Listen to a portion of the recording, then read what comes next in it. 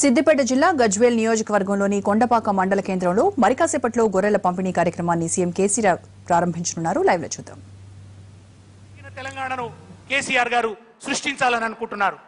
జీవమున్న తెలంగాణ జీవిక పదిల పడాలంటే, తెలంగాణ జీవిక నిలబడాలంటే దానికి జీవాలు కావాలి. ఈ జీవాలతోనే తెలంగాణ జీవిక నిలబడుతుంది అని నమ్మినటువంటి కేసీఆర్ గారు ఇవాళ ఆ లబ్ధిదారులతో ఆయన సంభాషిస్తున్నారు. గట్టిగా కూతతో ముఖ్యమంత్రి గారికి మన అందరం కూడా స్వాగతం తెలియజేద్దాం. ఆనందంతో గొల్లకుర్మ బిడ్డలు ముఖ్యమంత్రి గారితో ఫోటోలు దిగుతున్నారు. ముఖ్యమంత్రి గారితో ఎందరో ఫోటోలు దిగుతారు, కానీ ముఖ్యమంత్రి గారు కూడా సంతోషపడే ఫోటో గొర్రెలతోని గొర్రెల కాపర్లతో దిగిన ఫోటో. వాళ్ళిద్దరితో ఫోటో దిగినందుకు ఇవాళ ముఖ్యమంత్రి గారు కూడా సంతోషపడుతున్నారు. వారి వాళ్ళ దీని పేరు కొండపాక. ఎందుకో కొండపాక తెలిసినా మీకు? కొండ ఉంటేనే గొర్రెలను మేపొస్తుంది, కొండ మీదనే ఆకో అలమో పెరుగుతుంది, కొండ ఉన్న చోటనే గొర్రెల పాకలు ఉంటాయి, పశువుల పాకలు ఉంటాయి. కనుక కొండలున్న చోటు మైకు పెంచండి, వాల్యూమ్ పెంచండి. కొండలున్న చోటు పశువుల పాకలున్న చోటు కనుకనే బహుశా ఇది కొండపాక అయి ఉంటుంది. ఇవాళ ముఖ్యమంత్రి గారు చెప్తున్నది, ఈ గొల్ల కుర్మలు తెలంగాణకు ఉన్నటువంటి మహత్తరమైన మానవ సంపద, వీళ్ళ అపారమైన నైపుణ్యమే తెలంగాణకు ఒక బలమైన ఎనలేని రక్ష.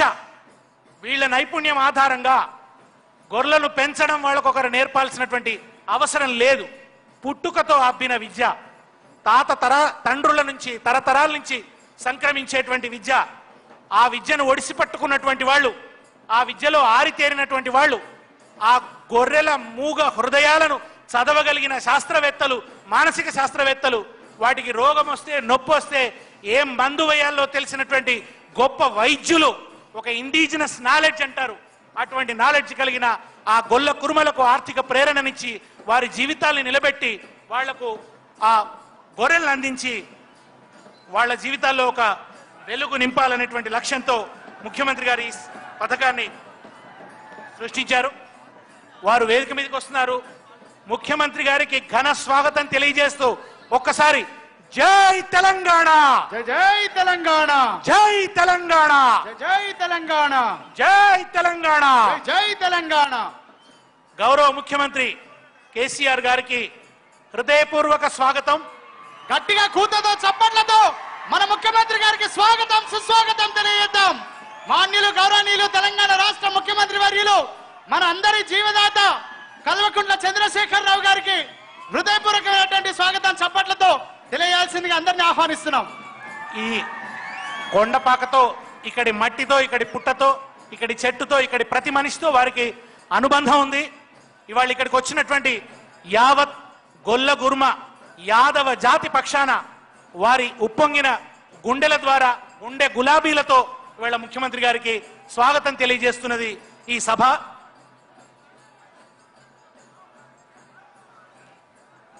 సభలో ఇంకా చాలా మంది తెలంగాణ రాష్ట్ర సమితి అగ్రశ్రేణి నాయకులందరూ కూడా పాల్గొంటున్నారు. మొట్టమొదట ముఖ్యమంత్రి గారికి గౌరవ సూచకంగా, కృతజ్ఞతాపూర్వకంగా సాంప్రదాయ పద్ధతిలో కొండపాక గొల్ల కుర్మలు ఆ గొల్లల సాంప్రదాయానికి ప్రతీకగా ఉండే రుమాలు చుడతారు, రుమాలు ధరింపజేస్తారు ముఖ్యమంత్రి గారి నెత్తి మీద. అది గొప్ప కిరీటం. ఇవాళ ప్రజలు పెట్టేటువంటి కిరీటం, ప్రజలు అందించేటువంటి కిరీటం, మట్టిలోంచి పుట్టిన కిరీటం. ఆ రుమాల్ని ఆయనకు ధరింపజేస్తారు. అట్లనే తెలంగాణ చైతన్యానికి, తెలంగాణ జీవితానికి గుర్తుగా ఉండేటువంటి గొంగడిని భుజాన ధరింపజేస్తారు. భుజాన్ని ధరింపజేశారు ముఖ్యమంత్రి గారికి. ఇవాళ ముఖ్యమంత్రి గారు కూడా ఒక పెద్ద గొల్ల తిరిగానే కనిపిస్తున్నాడు, ఒక పెద్ద కుర్మ తిరిగానే మనకు కనిపిస్తున్నారు. ఇవాళ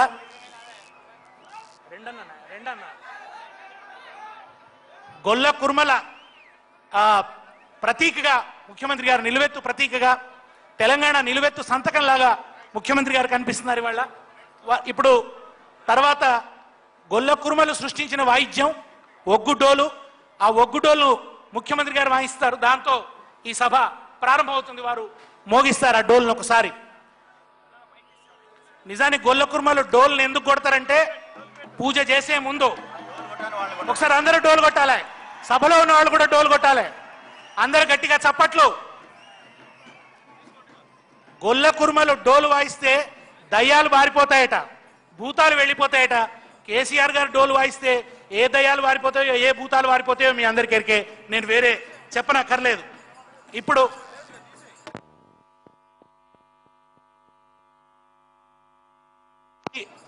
అపూర్వమైనటువంటి పథకాన్ని ప్రారంభిస్తూ ఏర్పాటు చేసిన ఈ సభను ఉద్దేశించి స్వాగతోపన్యాసం చేయవలసిందిగా, అదే సమయంలో జిల్లాలో జరిగినటువంటి అభివృద్ధిని సూక్ష్మంగా నివేదించవలసిందిగా గౌరవ మంత్రివర్యులు, నీటిపారుదల శాఖ మార్చులు, ఒక రోల్ మోడల్ లాంటి శాసనసభ్యులు శ్రీ హరీష్ రావు గారిని ప్రసంగించవలసిందిగా కోరుతున్నాను.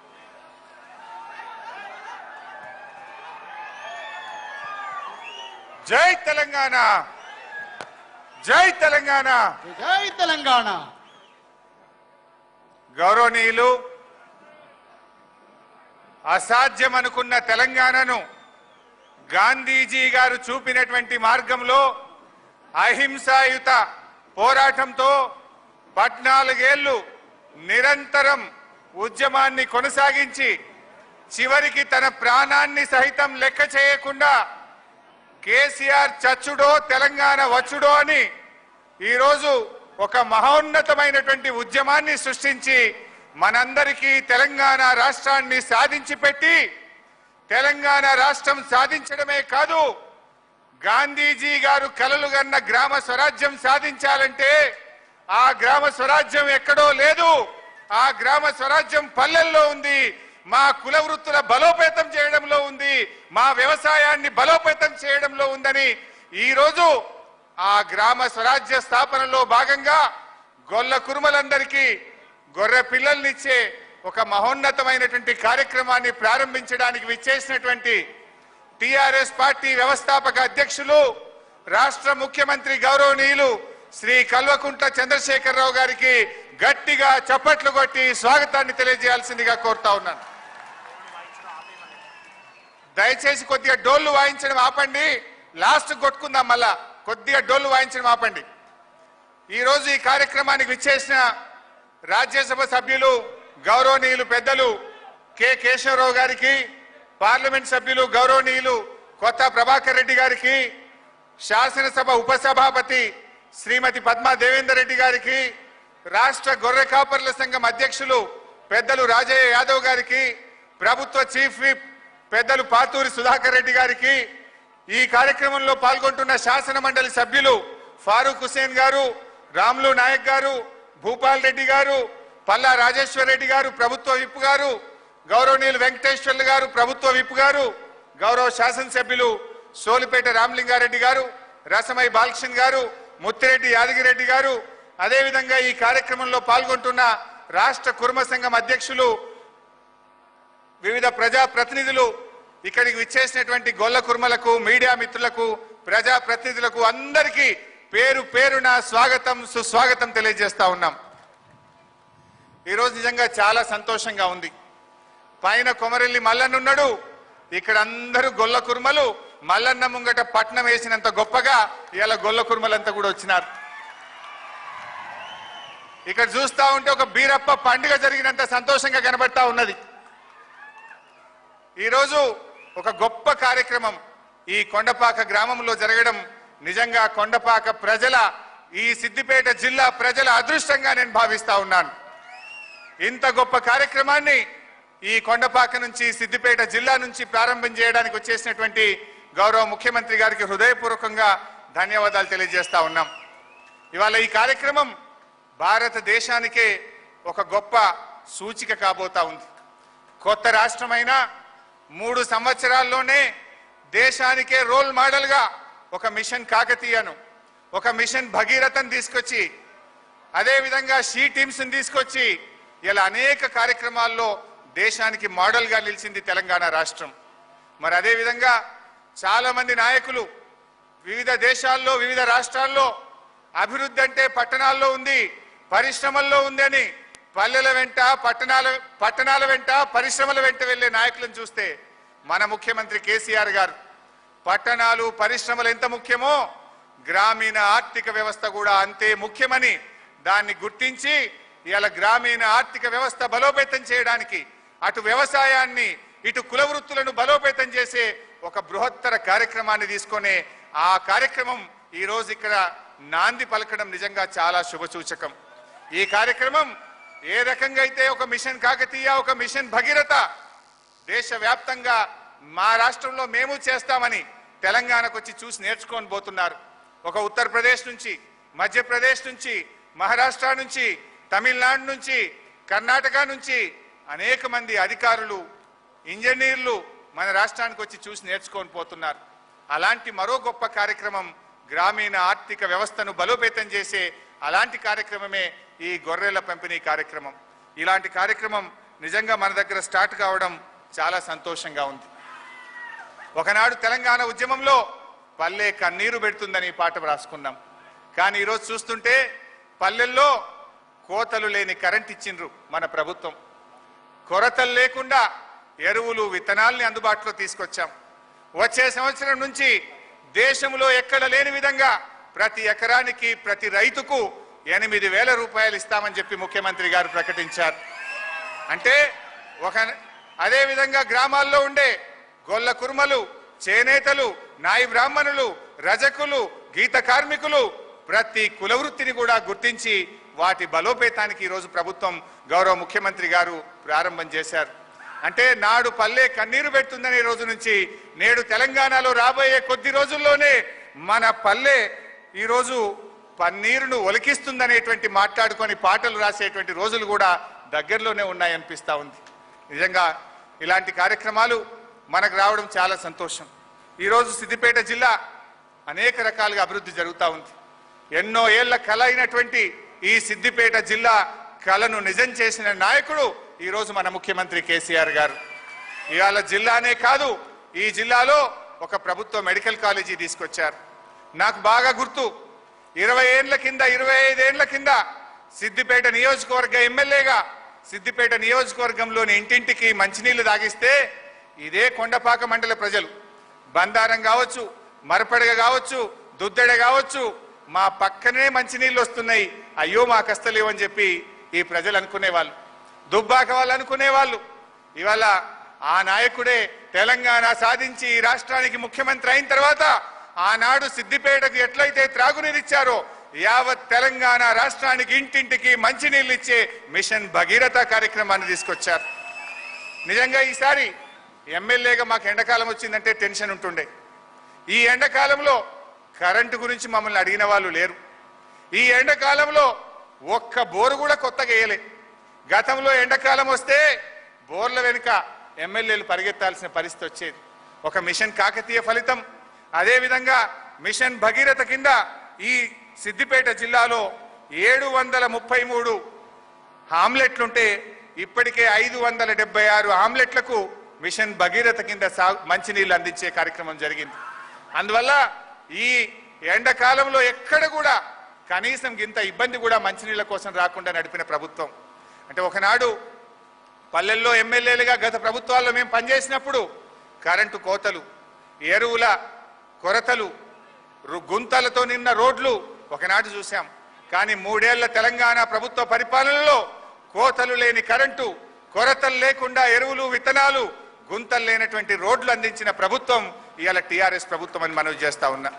కరెంట్ అంటే గుర్తొస్తున్నది, ఒకనాట్లో గతంలో గత ప్రభుత్వ హయాంలో పల్లెటూళ్ళలో కరెంటే ఉండేది కాదు. మా మల్లయ్య యాదవ్ గారు అందరు ముంగట కోనాయిపల్లి, అప్పుడప్పుడు ఊళ్ళో మనిషి చనిపోతే మాకు ఫోన్ చేస్తాడు, సార్ మనిషి చనిపోయిండు, జర స్నానం చేయాలి, ఒక్క నిమిషం కరెంట్ వేపిస్తారా ఒక అర్ధగంట అని ఫోన్ చేస్తుండే. అప్పుడు వారు జెడ్పీటీసీగా ఉండే నంగునూరు మండలానికి. నేను సిద్దిపేటలో మా ఏడీ గారికో ఏఈ గారికో ఫోన్ చేస్తే సార్ పైన ఎస్సీ గారు గరం అవుతున్నాడు, పావు గంట కరెంట్ ఇచ్చే అధికారం నాకు లేదంటుండే. అప్పుడు నేను ఎస్సీ గారికి ఫోన్ చేయాలి ఎమ్మెల్యేగా. ఎస్సీ గారు మా కోనాయిపల్లిలో నంగునూరు మండలంలో ఒక పెద్ద మనిషి చనిపోయిండు, జర అందరు స్నానం చేయాలి, ఒక్క పావు గంట కరెంట్ వేయమని ఒక ఎమ్మెల్యే ఒక పావు గంట కరెంటు కోసం పైరవ్ చేసే పరిస్థితి నాడుంటే నేడు తెలంగాణలో ఏ పల్లెకు పోయినా కను రెప్పగొట్టినంతసేపు కూడా పోకుండా కరెంట్ ఇచ్చిన ఘనత మన ముఖ్యమంత్రి కేసీఆర్ది, ఈ టీఆర్ఎస్ ప్రభుత్వాన్ని చెప్పి నేను మనవి చేస్తా ఉన్నా. అలా చెప్పుకుంటూ పోతే అనేక అంశాలు ఉన్నాయి. రోడ్లు, ఏ పల్లెకు పోయినా ఏ రోడ్డుకు పోయినా ఇవాళ గుంతలు లేని రోడ్లు. నాకు బాగా గుర్తున్నది, అంకిరెడ్డిపల్లి బందారమొల్లు ఇదే కొండపాక మండలంలో రోడ్డు మీద నాట్లేసిండ్రు. ఆటోలు బొల్తాబడి మనుషులు చనిపోయిన పరిస్థితి. కానీ ఈరోజు తెలంగాణలో ఏ పల్లెకు పోయినా నూనె డబ్బా జారిపోయి రోడ్డు మీద పడితే ఆ నూనెను ఎత్తుకునేంత గొప్పగా రోడ్లను తీర్చిదిద్దిన ప్రభుత్వం ఇవాళ టీఆర్ఎస్ ప్రభుత్వం. ఈ మధ్యలో నేను సిద్దిపేట మండలం వెంకటాపూర్ గ్రామానికి వెళ్ళినా. రైతులు మాట్లాడేటప్పుడు ఒక సందర్భంలో చెప్పినారు సార్. ఏం చెప్పిందంటే, పోయిన ఎప్పుడైనా ఎండాకాలం వస్తే ఒక ఎండాకాలంలో ఊరి మీద 40-50 బోర్లు మోటార్లు కాలిపోతుండే. ఒక మోటార్ కాలిపోతే మోటార్ తీయడానికి 3-4 వేల ఖర్చు, మోటార్ రిపేర్ చేయడానికి 3-4 వేల ఖర్చు. ఊరు మీద 50 మోటార్లు కాలిపోతే మరి ఆ ఊరు మీద కనీసం 4-5 లక్షల రూపాయలు కాలిపోయిన మోటార్లకే మరమ్మత్తు చేయాల్సిన పరిస్థితి ఒకనాడుండే. కానీ ఈరోజు గర్వంగా నేను చెప్పగలుగుతా ఉన్నాను, ఈ ఎన్నడూ పండనంత పంట పండింది, ఎప్పుడూ సాగుగానంత భూమి సాగైంది, ఏ రోజు వాడనంత కరెంటు రైతులు వాడుకున్నారు. అయినా గౌరవ ముఖ్యమంత్రి గారి ఆదేశంతో పల్లెల్లో నాణ్యమైన కరెంట్ ఇస్తే ఒక్క మోటార్ కాలకుండా అద్భుతమైన పంట పండించింది ఇలా తెలంగాణ రైతాంగం, ఈ సిద్దిపేట జిల్లా రైతాంగం. ఇలా ముఖ్యమంత్రి గారికి దృష్టికి నేను తేవాలనుకుంటున్నా, సిద్దిపేట జిల్లాలో మీరు ప్రారంభించిన మిషన్ కాకతీయ కావచ్చు, నాణ్యమైన కరెంట్ ఇవ్వడం వల్ల కావచ్చు, చరిత్రలో ఎప్పుడూ లేని విధంగా 1,08,000 ఎకరాల వరి సాగు జరిగింది సిద్దిపేట జిల్లాలో. 1,08,000 ఎకరాలు. గతంలో మేము చూస్తే ఈ జిల్లాలో 51,000 ఎకరాలకు మించి వరి సాగు ఎప్పుడు జరగలే. కానీ ఈసారి 1,08,000 ఎకరాల వరి సాగు జరిగితే 1,84,000 మెట్రిక్ టన్నుల ధాన్యం ప్రభుత్వ కొనుగోలు కేంద్రాల ద్వారా కొన్నాం. 1,84,000 మెట్రిక్ టన్నుల ధాన్యం కొంటే 277 కోట్ల రూపాయల ధాన్యం కొంటే ఇప్పటికే 269 కోట్ల రూపాయలు రైతులకు డబ్బులు కూడా చెల్లించాం. కేవలం ఒక 8 కోట్లు మాత్రమే ఉంది. ఆ 8 కోట్లు కూడా వచ్చే వారం 10 రోజుల్లోగా చెల్లిస్తా ఉన్నాం. ఇది చరిత్రలో ఎప్పుడు జరగలే. ఇంత బాగా ఇంత పంట పండితే ఏ రైతుకు ఇబ్బంది కాకుండా ధాన్యం కొనడం, రైతులకు ఇంత వేగవంతంగా డబ్బులు చెల్లించిన ఘనత ఇవాళ మన ప్రభుత్వానిది, మన ముఖ్యమంత్రి కేసీఆర్ గారిదని చెప్పి మనం చేస్తా ఉన్నాం. అదేవిధంగా గొర్రె పిల్లల విషయంలో మా జిల్లా కలెక్టర్ వెంకట్రామరెడ్డి గారు చాలా బాగా పనిచేసే అధికారిని మాకు ఇచ్చారు. మీరు ఈరోజు 416 గొర్రెల యూనిట్లు ఇప్పటికే ఫిజికల్ గా జిల్లాకు చేరుకున్నాయి. 8,500 గొర్రెలు ఈ గొర్రెల పంపిణీ కార్యక్రమంలో భాగంగా ఈ రోజు ఒక్క సిద్దిపేట జిల్లాలోనే 8,500 గొర్రెల్ని మేము కర్నూలు జిల్లా నుంచి తీసుకొచ్చి మా గొల్ల కురుమలకు అందించే కార్యక్రమం కూడా ఈ రోజు ఇక్కడ జరుగుతూ ఉంది. ఇలాంటి ఒక గొప్ప కార్యక్రమానికి కొండపాక మండలం, ముఖ్యంగా సిద్దిపేట జిల్లా వేదిక కావడం చాలా సంతోషంగా ఉంది.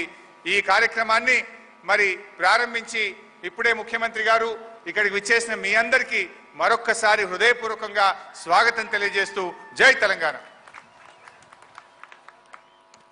ఈ మధ్య ఉస్నాబాద్లో ఒక చోట హరీష్ రావు గారు మాట్లాడుతుంటే ఆయన ఒక మాట అన్నారు, కరెంటు బాగా ఇవ్వడం వల్ల అందరికీ ఉపాధి పెరిగింది, పిండి గిరిన ఆయనకు గిన్నె నడుస్తున్నది, వెల్డింగ్ చేస్తే ఆయనకు వెల్డింగ్ పని నడుస్తున్నది, ఉపాధి కరువు లేకుండా అయింది, రైతులకు మంచిగా కరెంట్ వస్తుందని చెప్తుంటే ఒక్క ఆయన లేచిండు, నాదైతే ఓడగొట్టినవా, నాకున్న పని అయితే ఓడగొట్టినావు నువ్వు అన్నాడు.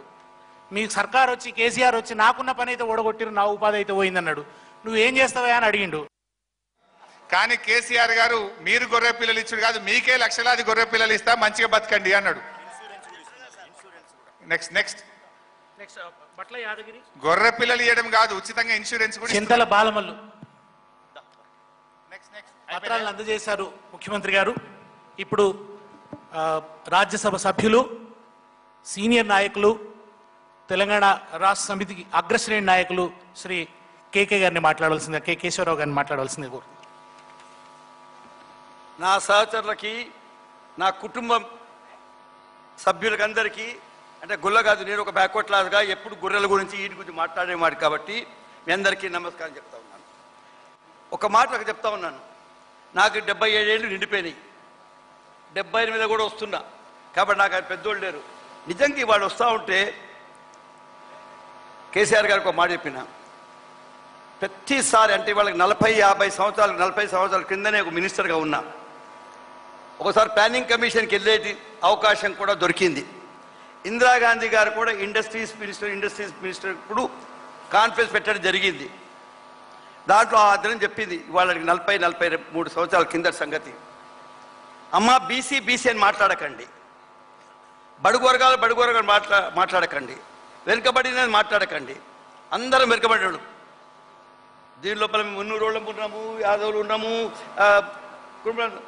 నిజంగా ఎవరికి సహాయం కావాలా, ఆ ప్రోగ్రాం ఏంటి, దాన్ని ఎంతవరకైతే మీరు ఐడెంటిఫై చేయరు, గుర్తించరు, ఎవరికి ఇవ్వాలి? ఇది దేశం అంటే మట్టి కాదో, దేశం అంటే మనుషులు అనుకున్నాం. డెవలప్మెంట్ ఏదైనా పెద్ద బిల్డింగ్ కట్టి, డెవలప్మెంట్ ఏదైనా రోడ్లు వేసి అవి చేయాలి. మళ్ళీ నేను దానికి ఇక్కడ క్రిటిసైజ్ చేస్తాం లేదు, విమర్శిస్తాం లేదు. కానీ అంతతోని సరిపోదు. నిజమైన దేశం అంటే గ్రామాల్లో ఉన్నదని నేను పదే చెప్పలేదు, గాంధీ గారిని జ్ఞాపకం చేయని అవసరం లేదు. 160% ఇంకా ఇంత పెద్ద డెవలప్మెంట్ అవుతుంటే కూడా 60% మంది గ్రామాల్లో ఉన్నారు. మనం ఒకవేళ నిజంగానే అభివృద్ధి కోరుకుంటే, నిజంగానే బడుగుల బాగా కోరుకుంటే వాళ్ళని చూడాలి. వాళ్ళలో ఎవరిని చూడాలి? వాళ్ళలో వ్యవసాయం ఉన్నది, వాళ్ళు అన్నీ ఉన్నాయి. కొందరు ఉన్నారు వాళ్ళ గురించి మర్చిపోలేదు, వాళ్ళు సిటీకి రాలేరు, పట్టణాలకి రాలేరు. గొల్లోళ్ళు వచ్చి గొర్రెలు ఇక్కడ ఉంచారు.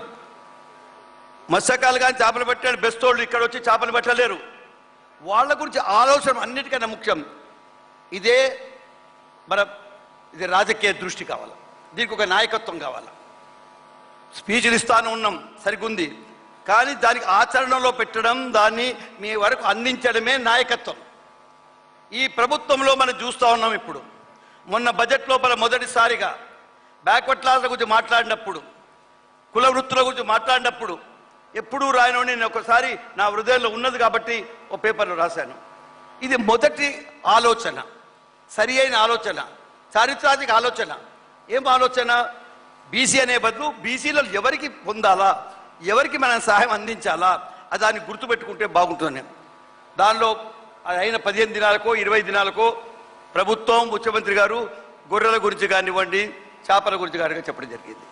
ఎంత సంతోషం ఉందండి. ఇవాళ కూడా నాకు హృదయంలో ఎంత ఉందంటే, ఎందుకంటే మీరు మీ కులానికి చెందినవాడినో లేకపోతే మన ఫ్యామిలీకి చెందినవాడు కాబట్టి చెప్తా ఉన్నాను. ఎంతో సంతోషం చెప్పలేకుండా అన్నాను నేను.